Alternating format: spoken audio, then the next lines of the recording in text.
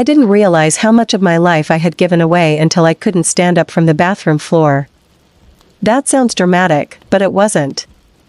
There was no big collapse, no crying, no moment where anyone rushed in. I was just sitting there, back against the tub, staring at the tile, thinking, I don't think I can do this anymore. I was in my mid-30s by then. Tired in a way sleep didn't fix. For years, I had been the person everyone relied on. At work, at home, in my family. Not because I was the most capable, but because I never said no. If something needed to be handled, I handled it. If someone needed help, I adjusted. It didn't feel heroic. It felt normal. My mother had been sick for a long time. Not dramatically ill, just constantly unwell. Appointments, medications, mobility issues, days where she couldn't get out of bed. My siblings lived nearby, but I was the one who showed up consistently. I took her to appointments, managed her prescriptions, stayed overnight when she was scared. No one asked me to do it. They just assumed I would. At work, I had been in the same role for almost a decade. I was good at it. Not flashy, not ambitious, but reliable. I trained new hires. I fixed mistakes quietly. When deadlines were tight, my name was always mentioned in passing, she'll figure it out. Raises went to other people. Promotions too. I was told I was essential where I was. I didn't complain. I didn't want to be difficult. My siblings had their own lives. Careers, marriages, children. They praised me often, especially in public. We don't know what we'd do without her.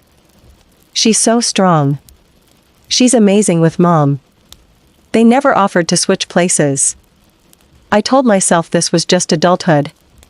That everyone was tired. That this was what responsibility looked like. The first crack appeared when my doctor told me my blood pressure was too high for someone my age. He asked if I was under stress. I laughed. I said, nothing unusual.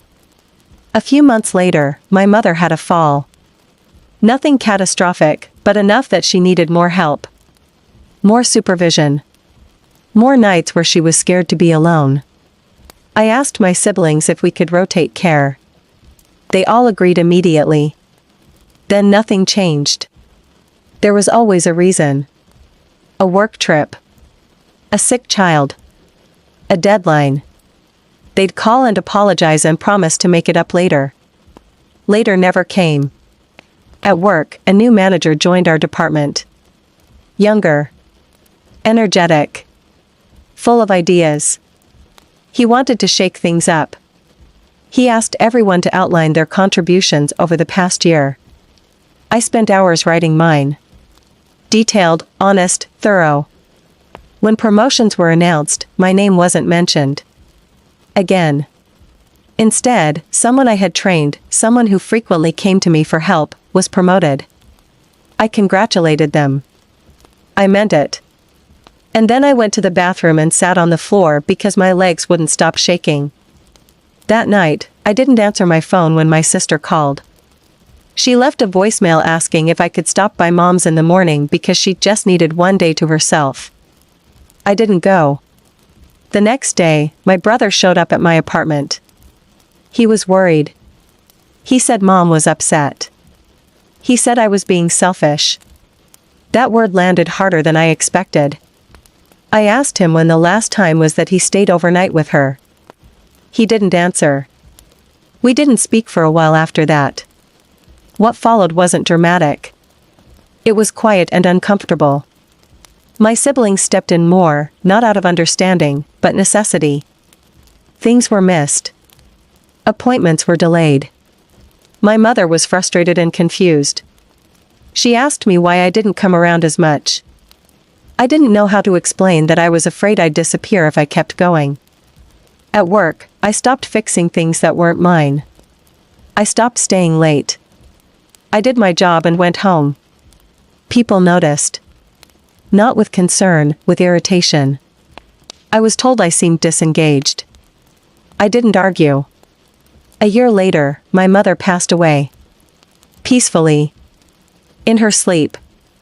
At the funeral, my siblings cried and hugged me and told everyone how much I had done. How devoted I'd been.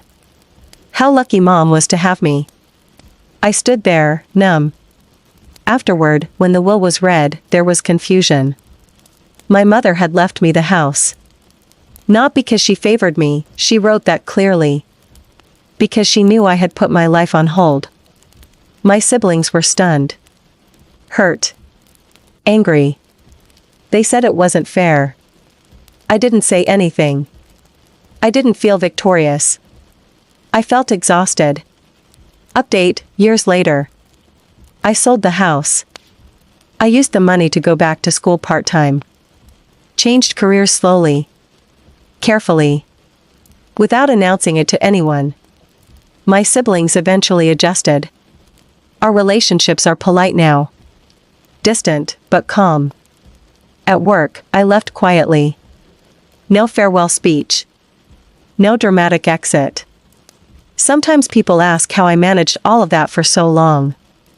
I don't know how to answer. I think we don't realize how heavy life has become until we finally put something down, and notice how quiet it is afterward. Thank you for watching. Check out my channel for more stories like this. Please subscribe, like, comment and share. Midnight Tea Stories.